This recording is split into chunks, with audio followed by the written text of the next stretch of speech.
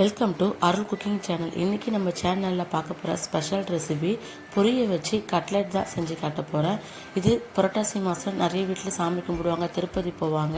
அவங்க வீட்டிலலாம் கம்பல்சரி இந்த மாதிரி பொரி கிடைக்கும். நார்மலாகவே பொரி ஈஸியாக கிடைக்கிற பொருள் தான். அதை வச்சு குழந்தைங்களுக்கு நல்லா கிறிஸ்பியாக டேஸ்ட்டாக ஒரு ஹெல்த்தியான கட்லெட் ரெசிபி தான் எப்படி செய்யுதுன்னு நான் செஞ்சு காட்ட போகிறேன். அதுக்கு முன்னாடி என்னோடய சேனலை நீங்கள் சப்ஸ்கிரைப் பண்ணாமல் இருந்தால் ப்ளீஸ் சப்ஸ்கிரைப் பண்ணுங்கள். இப்போ வாங்க வீடியோக்குள்ளே போகலாம். நான் ஒரு பாக்கெட் அளவுக்கு பொரி எடுத்திருக்கேன். கூடவே கொஞ்சமாக சின்ன பாக்கெட்டில் அவல் எடுத்திருக்கேன். ஒரு 4 ஸ்பூன் அளவுக்கு அவல் இருக்கும். ஒரு மீடியம் சைஸ் வெங்காயத்தை நல்லா சாப் பண்ணி சேர்த்துக்குங்க.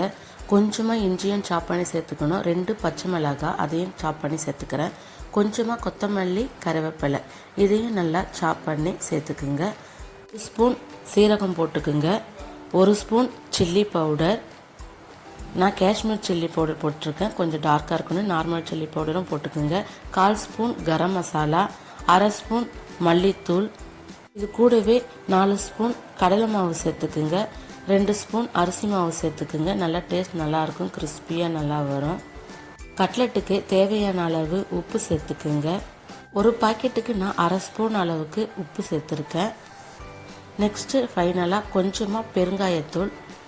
கட்லெட்டுக்கு மெயினான இன்னொரு இன்க்ரீடியன்ட்ஸ் உருளைக்கிழங்கு. 2 உருளைக்கிழங்கு வெந்துட்டு இருக்குது. இது ஃபஸ்ட்டு மிக்ஸ் பண்ணிவிட்டு அதுக்கப்புறமா அதை தோலெல்லாம் ரிமூவ் பண்ணிவிட்டு இதோட சேர்த்துக்கலாம். ஃபஸ்ட்டு இதை மட்டும் நல்லா கை வச்சு மிக்ஸ் பண்ணிக்கிறேன்.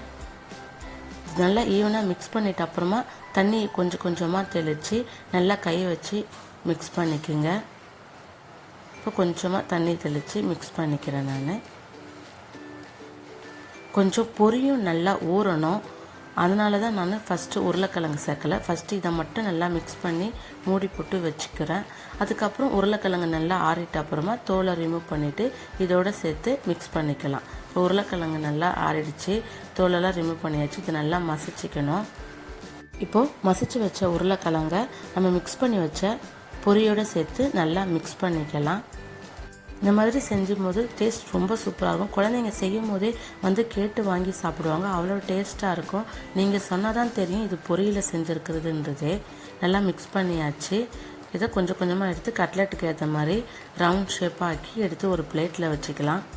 கட்லெட் எல்லாமே ரெடி பண்ணி ஒரு பிளேட்டில் வச்சுக்கணும். நெக்ஸ்ட்டு பொரிக்கிறதுக்கு தேவையான அளவு எண்ணெய் ஊற்றி ஸ்டவ்வில் ரெடியாக வச்சாச்சு. அதுக்கப்புறம் கட்லெட்டுக்கு மேலே கோட்டிங் கொடுக்கறதுக்கு ஒரு 2 ஸ்பூன் அளவுக்கு மைதா மாவு, 2 ஸ்பூன் அளவுக்கு கார்ன்ஃப்ளவர் மாவு, கொஞ்சமாக சில்லி பவுடர், உப்பு போட்டு மிக்ஸ் பண்ணி வச்சுருக்கேன். அதில் லைட்டாக டிப் பண்ணிவிட்டு பிரெட் கிராம்லேயும் போட்டு லைட்டாக டிப் பண்ணிவிட்டு எண்ணெய் நல்லா சூடானதும் அதில் போட்டுக்குங்க.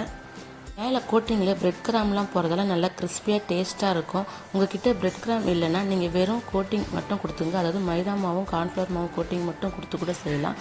டேஸ்ட் நல்லாவே இருக்கும். ஒரு பக்கம் நல்லா குக் ஆனதும் நல்லா திருப்பி போட்டுக்குங்க. அதுக்கப்புறம் ஒரு 2-3 நிமிஷத்துக்கு அப்புறமா எடுத்துக்கலாம். இப்போ நல்லா சூப்பராக குக் ஆகிடுச்சு பாருங்கள். நல்லா கோல்டன் கலரில் வந்ததும் எடுத்துக்கலாம். அவ்வளோ சூப்பராக கிறிஸ்பியான பொரி கட்லெட் ரெடி ஆகிடுச்சு. இதே மாதிரி எல்லாத்தையுமே பொரித்து எடுத்துக்கலாம்.